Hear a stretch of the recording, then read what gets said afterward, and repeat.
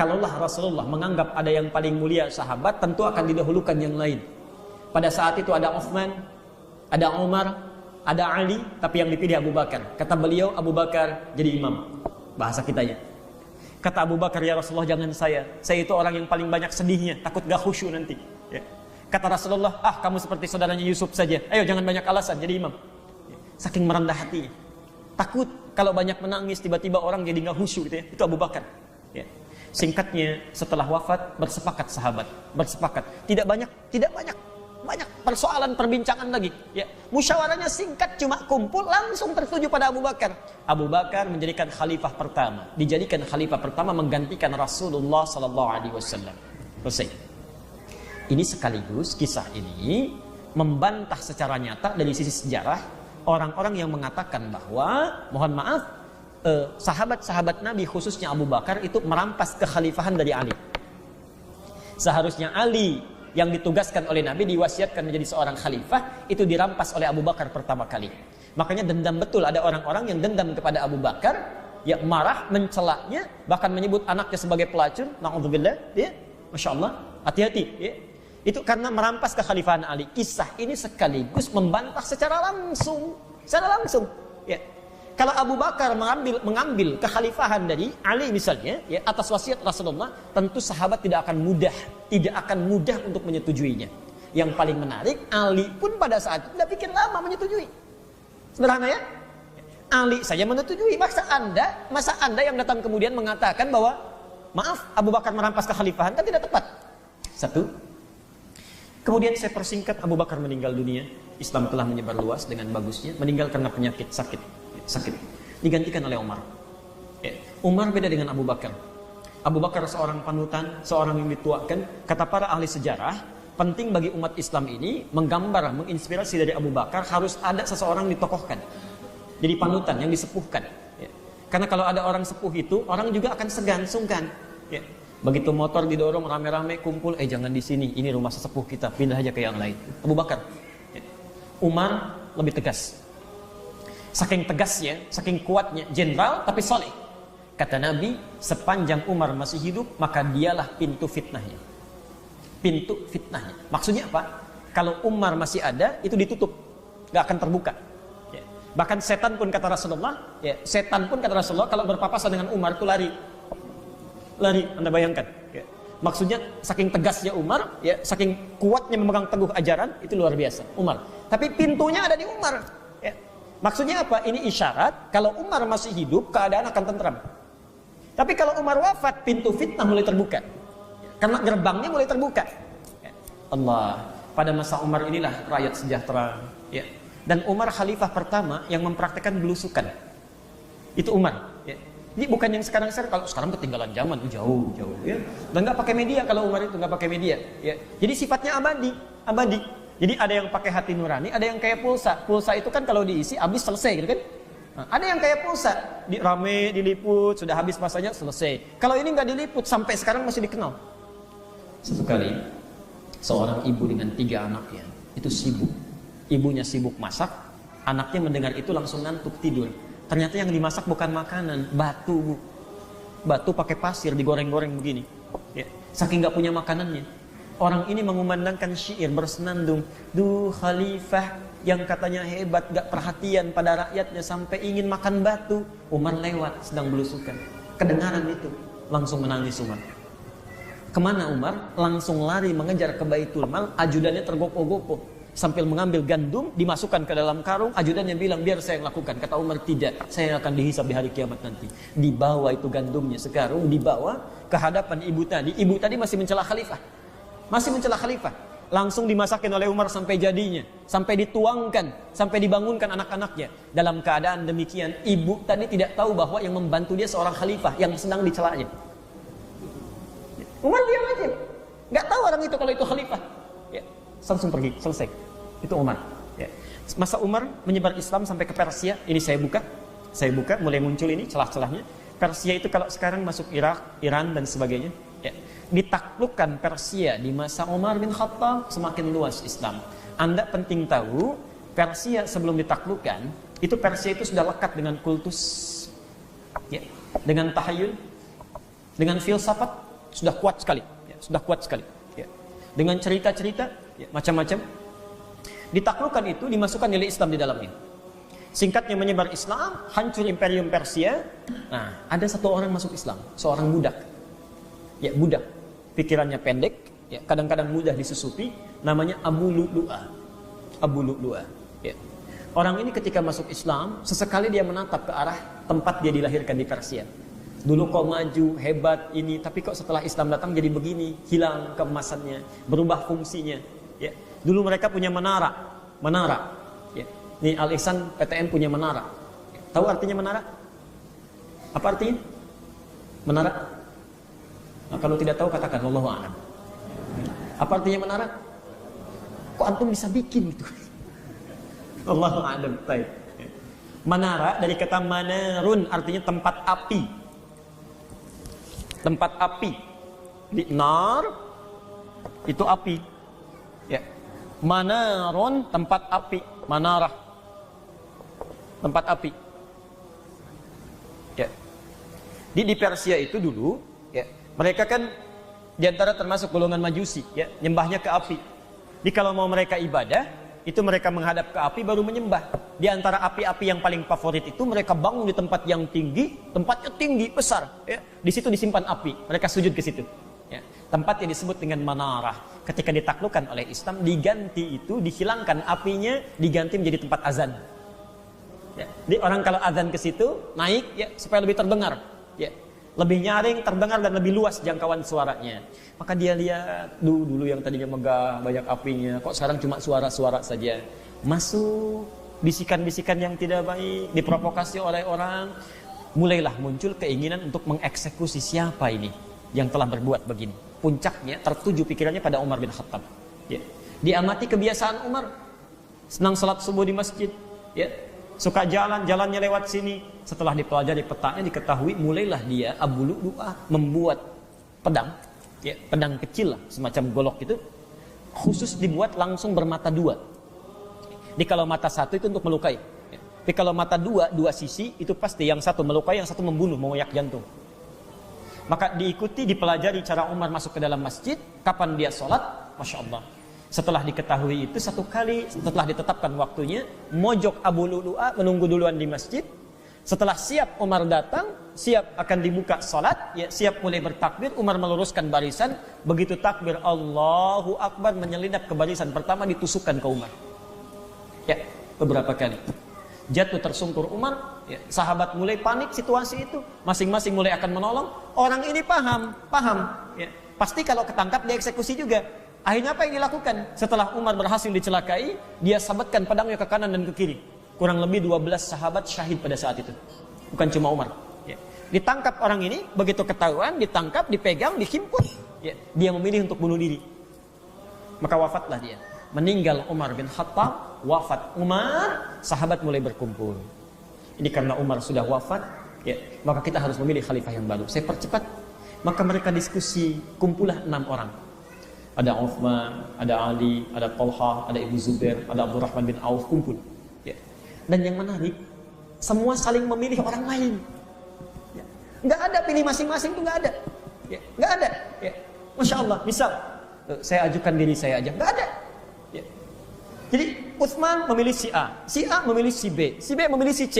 Bahkan terakhir ketika dipilih Abdurrahman bin Auf, nggak bisa pilih orang lagi. Kata Abdurrahman bin Auf, saya mengundurkan diri. Jadi udah gak ada yang ditunjuk. Antum misalnya berjajar begini, saya milih si A, saya milih si B, saya milih si C, sampai ke ujungnya gak ada lagi orangnya. Saya mengundurkan diri. Masya Allah. Gak ada. Ya, Masya Allah. Minta khalifah aja enggak. Ya, minta saham pun tidak. Kan sekarang rame ya. Mama minta pulsa, papa minta saham. Aneh-aneh aja itu ya. Mamanya gak minta, papanya gak minta ini. Coba antum kalau bikin istilah yang jelas lah itu ya. Kasihan itu. Sepakatlah semua sudah. Uthman diangkat. Tidak ada yang keberatan. Antum mesti catat betul. Tadi saya sampaikan di muka, Nabi mengatakan Umar itu pintu fitnah, penjaganya maksudnya, penjaganya. Maka ketika Umar wafat, mulailah muncul, setan mulai bergerak. Oke. Orang-orang mulai tampak siapa yang setia, siapa yang menunggu momentum. Uthman naik diangkat menjadi khalifah. Uthman itu orang paling lembut di antara sahabat Nabi, paling pemalu. Saking pemalunya Rasulullah pun memperlakukan Utsman beda dengan sahabat lain. Allah. Nabi sedang duduk begini, sebagian bajunya tersingkap di kakinya, di pahanya. Ya. Abu Bakar datang, itu masih begitu saja. Umar datang belum diperbaiki. Begitu Utsman datang ditutup oleh Rasulullah. Bertanya Abu Bakar dan Umar, kenapa ya Rasulullah? Akan datang seorang pemalu. Dia saja malu dengan saya pun mesti malu dengan dia. Utsman. Bahkan ketika sedang makan anggur di salah satu kebun, ya, datang Utsman. Kata Rasulullah, ya Utsman, engkau akan banyak ujiannya, engkau akan banyak cobaannya. Bersabarlah. Allah. Singkatnya Utsman naik, fitnah pertama yang muncul adalah masuk Islamnya seorang tokoh Yahudi namanya Abdullah bin Sabah. Ini orang Yahudi, bukan Yahudi biasa, tapi tokoh Yahudi, Rabi. Masuk Islam dia. Mengatakan asyhadu an la ilaha illallah, di lisannya asyhadu anna Muhammadar Rasulullah. Abdullah bin Sabah. Tentang Abdullah bin Sabah ini jangankan referensi dari kitab Sunni, dari kitab Syiah pun ada. Ini saya bawa bukunya, jadi bisa dibacakan nanti, simpan. Kalau mau kopi nanti insya Allah saya izinkan ini, karena dapatnya agak susah. Ini agak langka kitabnya, agak langka. Dan ini yang paling kontemporer. Ini yang bagus, bukan hanya seputar isinya membahas tentang Syiah, tapi semua tanya jawab persoalan-persoalan seputar Syiah dibahas. Ya. Pelan-pelan. Masuk Islam Abdullah bin Sabah. Siapa dia? Ini tokoh Yahudi paling provokatif di zamannya. Paling provokatif. Ya. Dia mengatakan masuk Islam, Allah ternyata dicatat dalam sejarah masuk Islamnya ini sebagai kamuflase saja karena sudah menyusun siasat. Dia mempelajari itu. Masa Abu Bakar gak mungkin diruntuhkan Islam. Ya. Ini orang ini punya sifat dendam karena dulu Yahudi diusir oleh Rasulullah atas perintah wahyu dari Madinah. Ya. Dari Madinah dikeluarkan sampai dari Khaybar dikeluarkan bukan karena diusir, bukan karena turun wahyu saja, bukan. Karena memang penyakit. Ya. Secara hukum politik suka merusak, sudah ada perjanjian. Mereka dikeluarkan bukan karena Allah memerintahkan saja, bukan. Karena memang mereka berperilaku untuk minta dikeluarkan. Ada anak masuk sekolah. Aturan di sekolah mengatakan, siapa yang merokok akan dikeluarkan dari sekolah. Ya, kepala sekolah akan mengeluarkan. Tiba-tiba ada seorang anak merokok. Kepala sekolah mengeluarkan dia. Pertanyaan saya, siapa yang mengeluarkan anak itu dari sekolah? Anak itu sendiri. Karena dia merokok. Kepala sekolah cuma menjalankan aturan saja. Nah, Nabi punya perjanjian dengan Yahudi, tidak boleh berkhianat. Siapa yang merusak sistem keamanan, siapa yang merusak sistem ketentraman dalam satu negara, dia harus keluar dari situ. Jangankan dulu lah. Sekarang saja kalau ada yang memberontak, ya kan? Sekarang ada yang merusak sistem negara, pasti dieksekusi juga kan? Ya, itu dikeluar, Nabi masih baik itu. Jangan dieksekusi, jangan dibunuh. Mungkin saja dia keluar masih bisa berubah. Dikeluarkan dari Madinah. Itu dendam. Keturunannya diantaranya itu diwariskan cerita-cerita itu sampai kepada Abdullah bin Sabah. Ini mencari momentum kapan nih bisa dibalikan lagi situasi. Harus dipecah di dalamnya. Masa Abu Bakar gak mungkin, karena masih kuat. Masa Umar, setan aja lari, apalagi saya. Allah. Apalagi dia maksudnya, maaf bukan saya. Apalagi Abdullah bin Sabah. Baik. Wafat Umar, muncullah khalifah paling lembut. Masya Allah. Dimanfaatkanlah ini oleh Abdullah bin Sabah. Utsman saat naik menjadi seorang khalifah, dipilih oleh beliau orang-orang terbaik untuk jadi pemimpin di daerah-daerah, gubernur lah kalau kita. Ternyata yang terbaik itu saudara-saudaranya dari Bani Umayyah.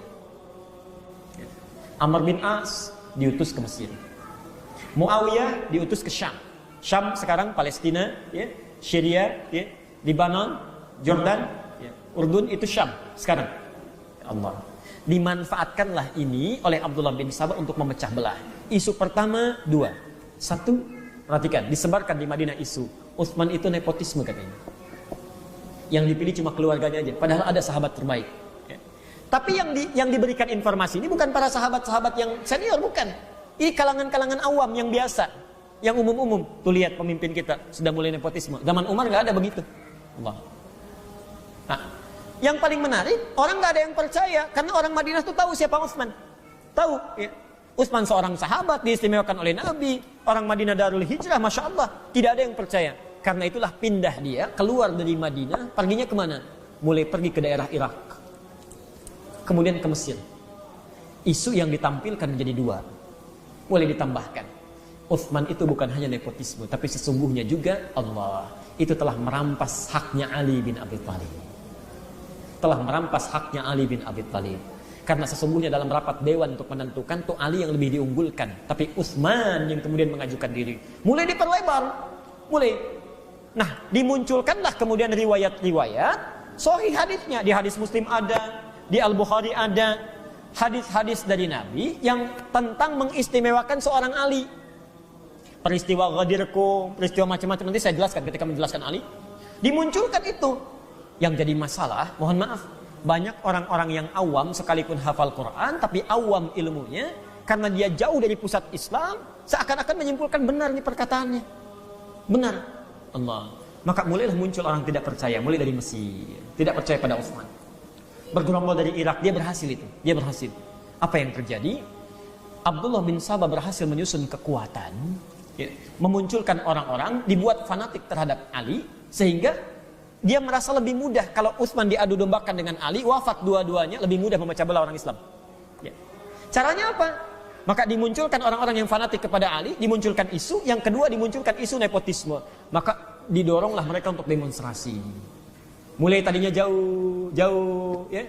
Sahabat mengusulkan termasuk Ali, Utsman ini mesti diselesaikan. Kata Utsman saking lembutnya, ya, tapi tidak boleh ada pertumpahan darah. Ini Utsman. Tidak boleh ada pembunuhan di masa saya. Walaupun saya mesti wafat lebih dulu. Allah. Nah, sifat ini secara politik lemah. Secara politik lemah. Ya. Di orang-orang yang sudah kelihatan bermasalah, ya, tidak diinterogasi, tidak dihukum, bahkan tidak diluruskan, tapi saking lembutnya jangan sampai ada pertumpahan darah macam-macam, ya. Jadi secara politik lemah. Maka dimanfaatkanlah ini oleh musuh-musuhnya yang sudah mulai berkembang, dibawa mereka sebagian besar untuk datang ke Madinah. Maka muncullah orang mulai berdemonstrasi ke istananya Utsman di Madinah. Tidak sedikit, Bu. Pak, dikepung istana Utsman. Saya persingkat saja, dikepung. Ali saking sayangnya dengan Utsman, itu mengutus dua anaknya langsung, Hasan dan Husain. Diutus. Kata Ali, jaga pintu rumah Utsman. Jaga. Ya. Jaga. Karena kalau Ali yang berangkat, nanti tuduhan semakin runcing. Oh benar, ini fanatik terhadap Ali. Karena Ali sedang diagung-agungkan. Orang akan fitnah semakin menyebar luas. Ali tahu itu. Maka diutus dua anaknya jaga Utsman. Ali mengerjakan yang lain.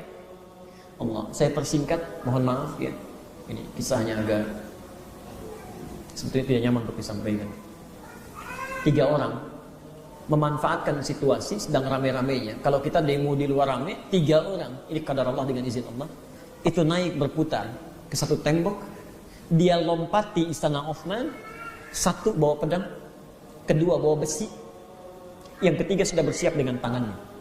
Nah, dalam situasi dia saat naik, ada seorang, Anda kalau punya rezeki, coba beli buku tentang sahabat-sahabat Nabi, karya Syekh As-Sallabi. As-Sallabi.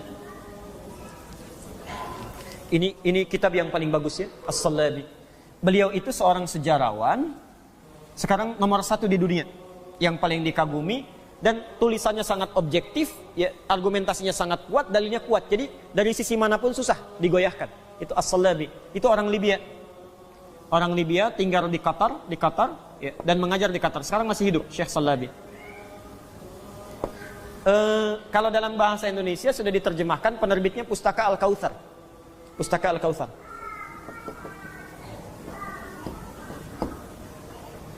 Saat itu Utsman sedang tertidur, ya. Kemudian minta kepada ajudannya, pembantunya, supaya tidak dibangunkan kecuali pada masa sekian ingin baca Quran. Ya. Ketika tiba waktunya dibangunkan, Utsman bertanya, kenapa engkau bangunkan saya? Kata pembantunya, kan Anda yang minta.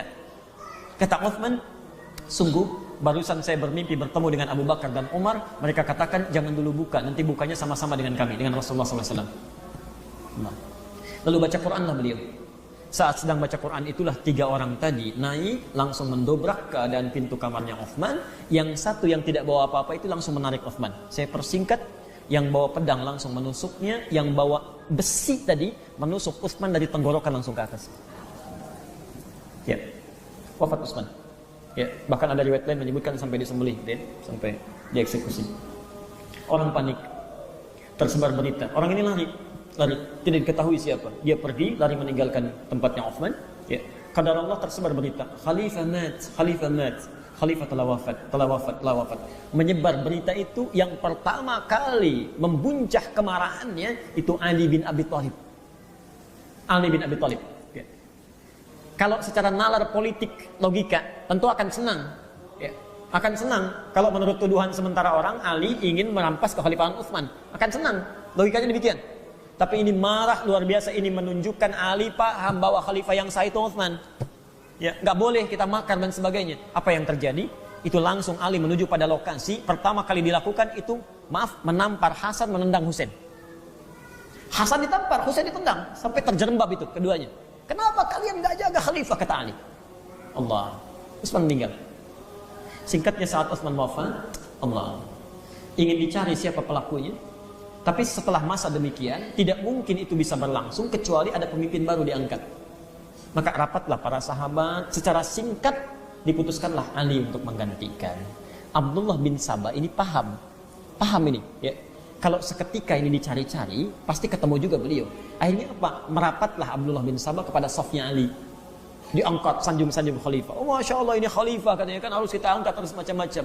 Dibawa orang untuk setia kepada Ali. Setia kepada Ali. Ya. Saat yang bersamaan ketika mulai diangkat, itu kan tadi saya sampaikan demonstrasi sudah di mana-mana. Kekacauan mulai muncul. Ada yang di Mesir, ada yang di Irak, ada yang di mana-mana. Nah, Ali menginginkan membereskan dulu situasi. Tenangkan ini, redakan ini, baru kemudian kita cari siapa pembunuh Utsman, selesaikan. Nah, keluarganya Utsman menginginkan Utsman dulu yang diselesaikan, siapa pembunuhnya cari. Ya. Ali berpikiran kalau konsentrasi ke sana, nanti negara nggak akan stabil. Ya. Kebanyakan orang akan ramai ini. Maka terjadilah peristiwa. Muawiyah, kerabatnya Utsman, ya, itu menunda baiatnya kepada Ali. Ali, saya akan berbaiat kepada engkau kalau sekiranya pembunuh Utsman sudah engkau temukan. Ya. Tapi saya mengakui engkau khalifah, cuma belum berbaiat saja. Tunggu dulu sampai itu selesai. Ya. Ali berpandangan, aduh kamu baiat saja dulu, nanti kita selesaikan sama-sama. Kata Muawiyah tidak, karena nanti akan muncul banyak fitnah. Fitnah di keluarga, fitnah macam-macam. Disinilah kemudian Abdullah bin Sabah masuk lagi. Ketika Ali mengutus utusan kepada Muawiyah, Abdullah bin Sabah bermain. Sampai kepada Muawiyah disampaikan, Ali sebetulnya sudah merencanakan untuk peperangan. Baik ya. Bagi siapapun yang tidak mengikuti berbaiat kepadanya. Ya. Begitu dengar informasi akan menyiapkan pasukan dari sisi Ali, apa yang terjadi? Muawiyah langsung naik ke atas mimbar menyampaikan, hadirin, kata Muawiyah, di wilayah Syam ya, di Damaskus. Itu Damaskus termasuk kuat pada saat itu.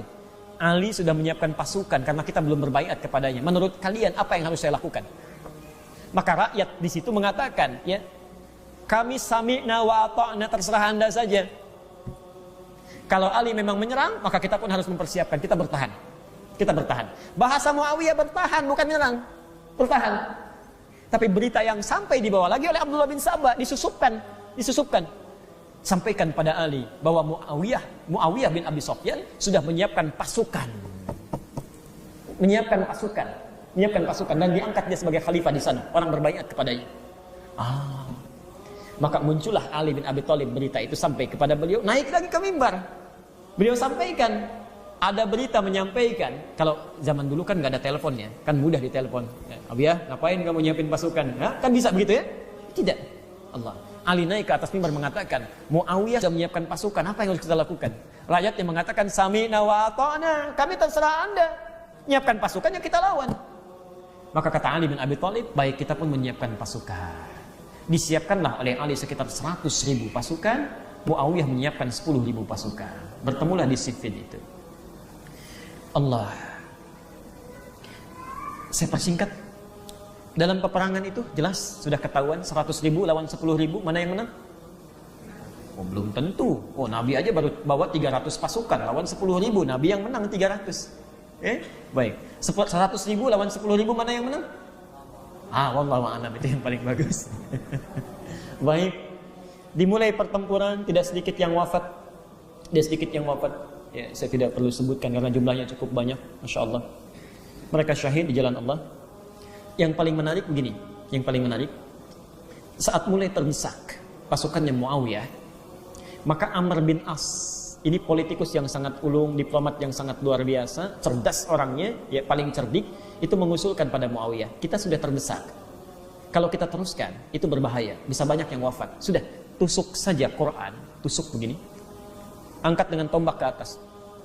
Dalam bahasa fikih disebut dengan tahkim. Tahkim itu artinya meminta damai. Putuskan sama Quran saja, jangan kita yang berdebat. Sudah, putuskan sama Quran daripada korban banyak. Ya. Ternyata ketika itu diangkat tahkim, ya, kata Ali, ini pasti kerjaan Amr bin As ini. Ya. Tidak, teruskan dulu saja sampai mereka menyerah. Ya. Tapi jangan bunuh mereka, cukup lukai saja. Lukai dalam arti hilangkan ya kekuatannya. Sudah. Ya. Desak mereka. Nah, ini yang jadi masalah.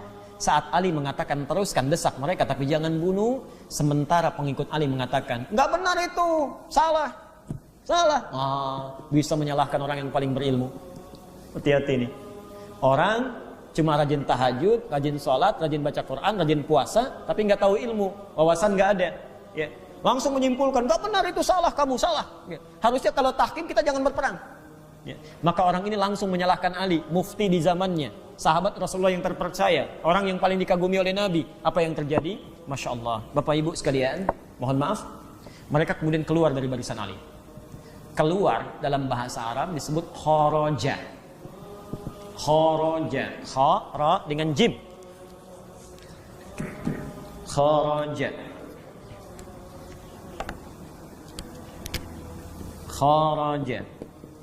Keluar dari barisan Ali. Orangnya disebut dengan kharijun. Kalau banyakkan, tidak sedikit, maka dijamakkan menjadi khawarij.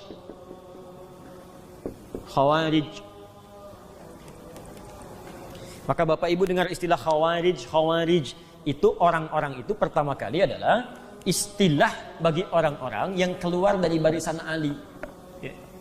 Tapi yang paling menarik, mereka keluarnya bukan sekedar keluar, sambil mengambil kesimpulan bahwa Ali itu salah, Ali itu kafir. Salah kamu, gak boleh kayak gitu katanya. Nah, itu sudah dalam prediksi Nabi jauh sebelumnya. Kata Rasulullah, akan muncul di satu masa orang yang malamnya dihidupkan dengan sholat, siangnya dengan puasa. Hati-hati. Tapi dia sebab dari semua permasalahan. Ini fitnah paling besar. Ini khawarij. Jadi saya ingatkan betul. Kalau kita tidak tahu tentang ilmu, jangan banyak memberikan fatwa. Kalaupun terbiasa kita sholat, baca Quran dan sebagainya, penting betul untuk menguasai ilmu pengetahuan. Karena supaya nggak masuk dalam kategori ini. Nanti saya ceritakan bagaimana jahatnya mereka ini. Keluar mereka ya, dari barisan Ali, jadi semakin berkurang. Nah, ada orang-orang yang mengatakan nggak boleh, kita mesti setia. Sepanjang pemimpin mengatakan demikian, kita ikuti, setia mereka. Nah, faksi yang setia dalam bahasa Arab, pengikut yang sangat setia dalam bahasa Arab disebut dengan Syiah.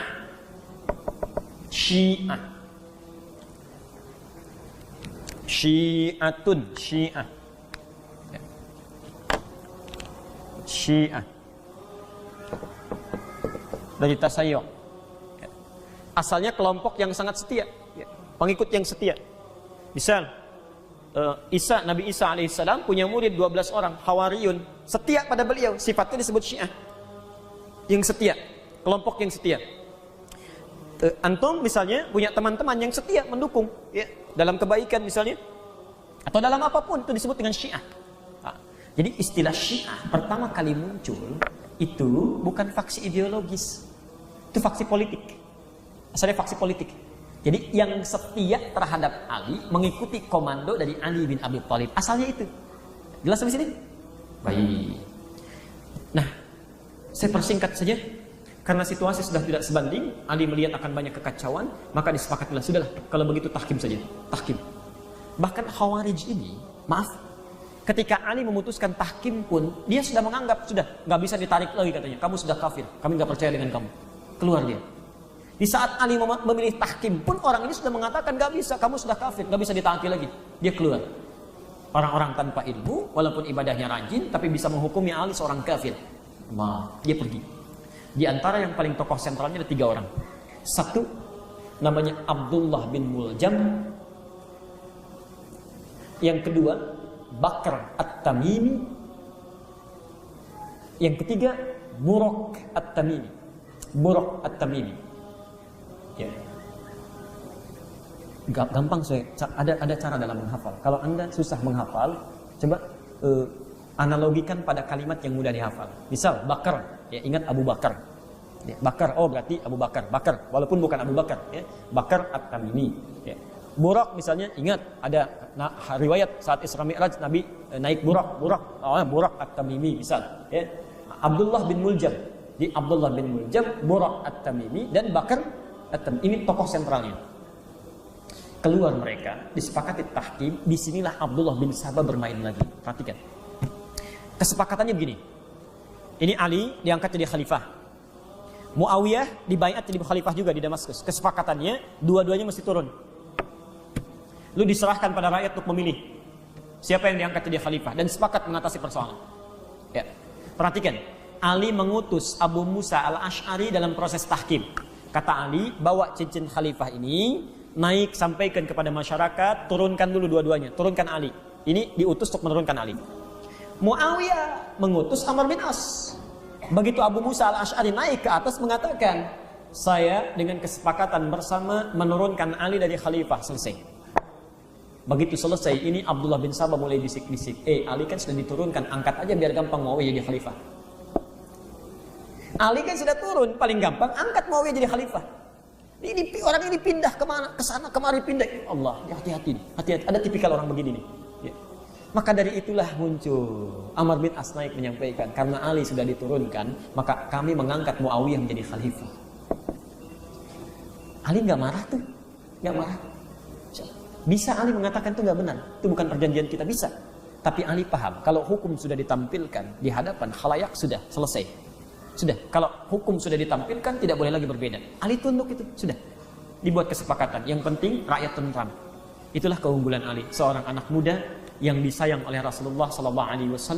Saking sayangnya, itulah orang yang diutus oleh Rasulullah, diutus langsung oleh Nabi ke rumahnya untuk menggantikan tempat tidur Nabi, Ali bin Abi Thalib. Bapak Ibu sekalian, waktu mau hijrah, banyak orang tidak tahu kisahnya. Taunya rumah Nabi dikepung aja.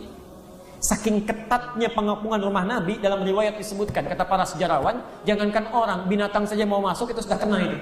Saking ketatnya. Nabi sudah siap-siap hijrah dengan Abu Bakar. Kata Rasulullah, Ali, bala ya Rasulullah, iya, gantikan tempat tidur saya. Tidur di tempat tidur saya. Maaf, yang diincar pada saat itu siapa? Nabi. Berarti tempat tidur itu memang tempat maut itu. Artinya pasti bertukar dengan kematian. Saking polosnya Ali, saking taatnya beliau, tidak banyak panjang pikir, langsung mengatakan, iya, siap ya Rasulullah. Gak ada pikir-pikir dulu. Atau misalnya, ya Rasulullah janganlah, Abu Bakar aja yang tuaan dikit, yang saya nanti ikut Nabi. Ali itu langsung tidur. Saking taatnya beliau, itu dibawa sampai setelah wafat Nabi. Sudah, tidak boleh ada pertempuran lagi. Saya taat. Cuma ada perjanjian nanti, satu masa akan diserahkan kembali. Saya persingkat. Karena sudah kadung demikian, ini Khawarij semakin marah. Semakin kacau nih, nggak benar khalifah. Semuanya murtad katanya, kafir semua. Kafir. Ali penyebab utamanya. Ya. Muawiyah diangkat tidak sah menjadi khalifah. Amr bin As di tokoh sentral yang salah mengangkatnya. Semuanya kafir, mesti kita bunuh. Maka tiga orang tadi, Abdullah bin Muljam, Bakar At-Tamimi, dan Buraq At-Tamimi, merencanakan membunuh tiga tokoh ini. Anda bisa bayangkan ya, hebatnya seorang sahabat. Baru bertempur bisa sholat bareng-bareng. Sholat berjamaah, padahal tadinya perang itu. Sholat berjamaah bareng-bareng, ngobrol-ngobrol lagi. Karena memang mereka bukan ambisi politik, bukan. Ya. Saking mereka bersahabatnya gitu. Ya. Coba bisa nggak antum? Jangankan perang fisik lah. Ya. Kita misalnya ada perasaan iri hati saja, bisa nggak ngobrol bareng-bareng? Nggak ada. Tetangga keluar duluan, kita mau keluar, tunggu biar dulu dia dulu yang jalan. Itu yang begitu tuh. Kita enggak, insya Allah. Yang lain, yang lain. Di sini enggak, insya Allah. Enggak, saya nggak bilang nggak beda. Enggak, insya Allah. Nggak usah pakai beda. Saya tuliskan dulu. Maka diputuskanlah tiga ini harus dieksekusi. Dieksekusi. Yang pertama, Ali jelas. Maka Abdullah bin Muljam langsung yang mengeksekusi. Bapak Ibu tahu nggak siapa Abdullah bin Muljam? Seorang ahli Al-Quran. Pembaca Quran, qori dan mukri. Qori itu yang baca Quran, mukri yang membacakan Quran pada orang lain. Saking bagusnya bacaannya, di masa Umar bin Khattab dikirim ke Mesir untuk mengajarkan Quran. Ditulis surat oleh beliau. Akan datang seorang pembaca Quran, perlakukan dia dengan baik. Berikan kebutuhannya. Abdullah bin Muljam. Tapi ini kena, karena nggak ada ilmu, masuk, Abdullah bin Sabah masuk, mengatakan Ali kafir. Kafir harus dibunuh. Allah. Dan puncaknya, maaf, datang fitnah baru. Ada seorang perempuan, sangat cantik parasi. Tergoda Abdullah bin Muljam oleh orang ini. Kemudian bermaksud untuk dinikahi. Kata perempuan ini semakin menguatkan dirinya. Kalau kamu ingin nikahi saya, maka salah satu maharnya harus membunuh Ali bin Abi Thalib. Perempuan Yahudi ternyata.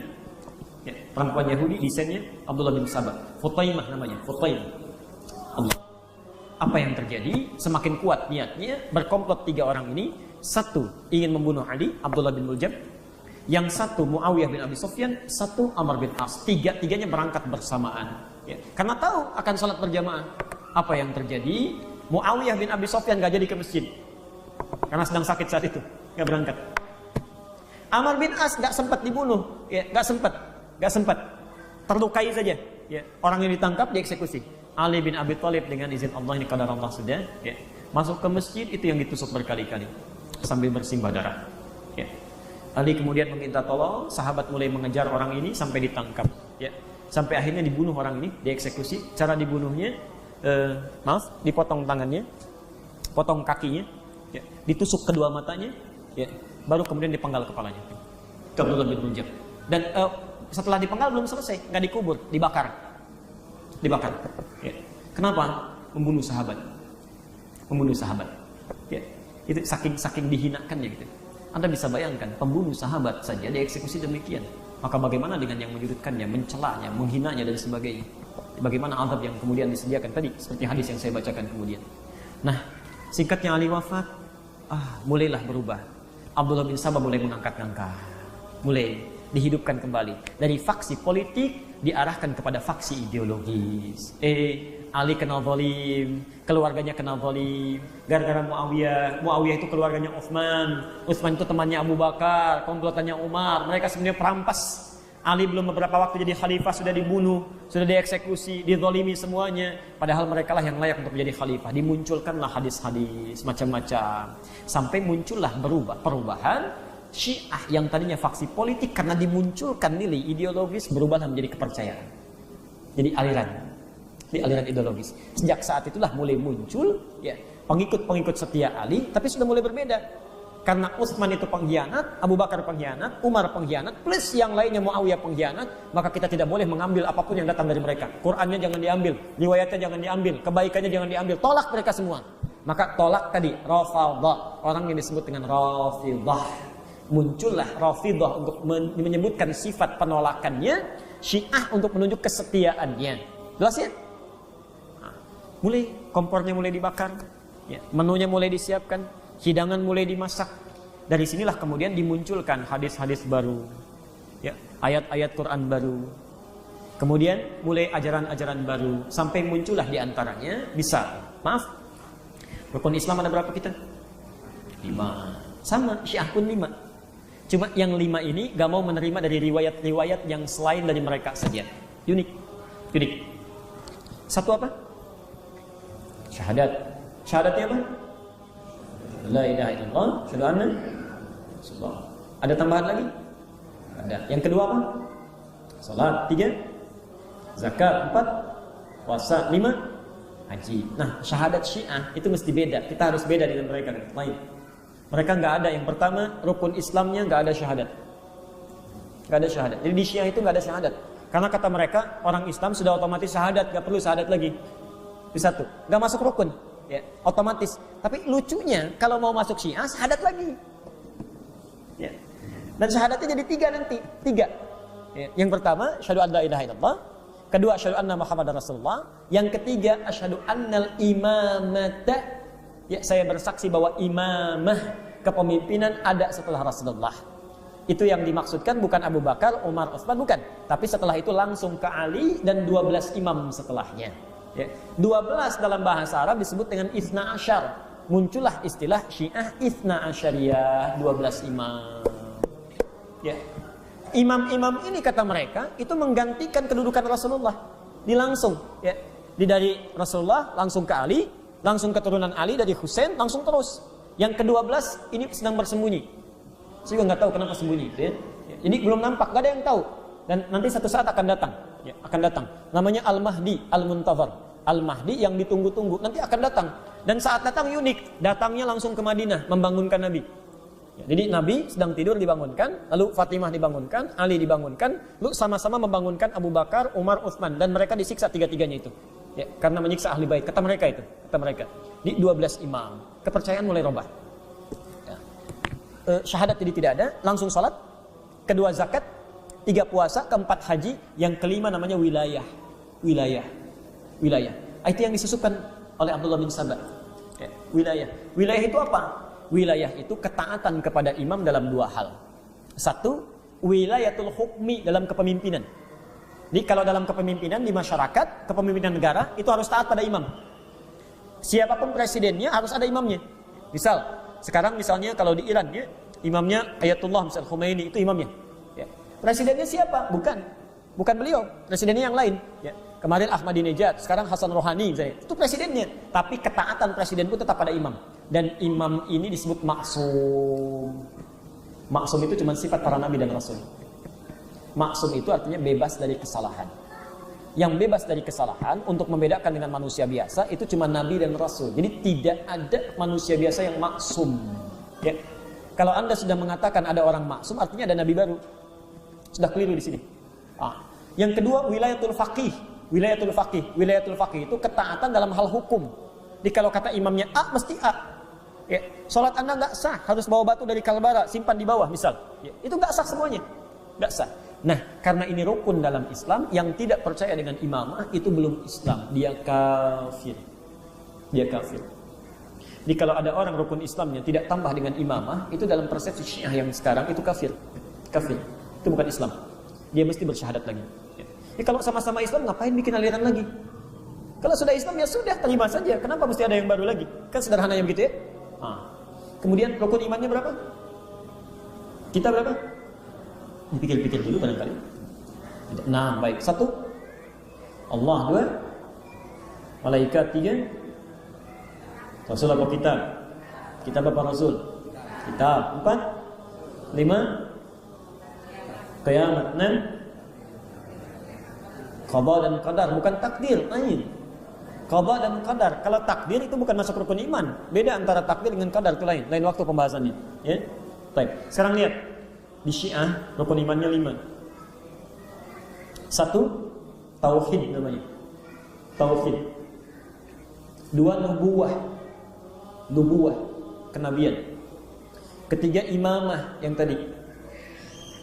Yang keempat, al-adlu, keadilan. Dan yang kelima, al-ma'ad, kepulangan. Jadi cuma 5, gak ada 6. Saya langsung buat aturan cepat saja, aturan cepat dalam kaidah akidah sederhana. Tidak perlu bicara alirannya, tidak perlu bicara madhabnya. Kalau Anda klaim tentang Islam tapi beda rukun Islam dan rukun imannya, maka bukan Islam. Selesai. Apapun namanya. Contoh, rukun Islam 5, syahadatnya asyhadu an la ilaha illallah, tiada Tuhan selain Allah, yang Tuhannya bukan Allah, bukan Islam. Selesai masalahnya? Asyhadu anna Muhammadar Rasulullah, nabinya Muhammad, yang nabinya bukan Muhammad, bukan Islam. Yang nabinya Ahmad itu bukan Islam. Selesai. Ahmadiyah misalnya pengikut Ahmad itu bukan Islam. Jadi kalau mereka mengatakan sudah bukan Islam saja, selesai masalah. Karena nabinya harus Muhammad. Apalagi hilang Allahnya, hilang Muhammadnya. Syahadatnya nggak ada. Ya pasti bermasalah. Dan 5 tidak berkurang, tidak nambah. Sekarang kalau nambah 1 pasti bukan Islam. Karena cuma 5 saja. Rukun iman apalagi pasti 6. Kalau kurang 1 nambah 1 pasti bukan. Jadi di sini bisa disimpulkan, kalau ada orang-orang apapun namanya melanggar rukun Islam dan rukun iman, maka bahasa yang paling gampang itu pasti bukan Islam. Ya. Makanya Nabi tegas menyampaikan satu masa akan muncul orang-orang yang mencela sahabat-sahabat Nabi, menegaskan itu hukumannya luar biasa, lebih daripada orang musyrik, orang kafir. Orang kafir aja nggak begitu. Baik. Jadi kalau sudah jelas uraian ini, cukup saya tegaskan dengan gamblang, bahwa mohon maaf tidak perlu pakai spanduk pun.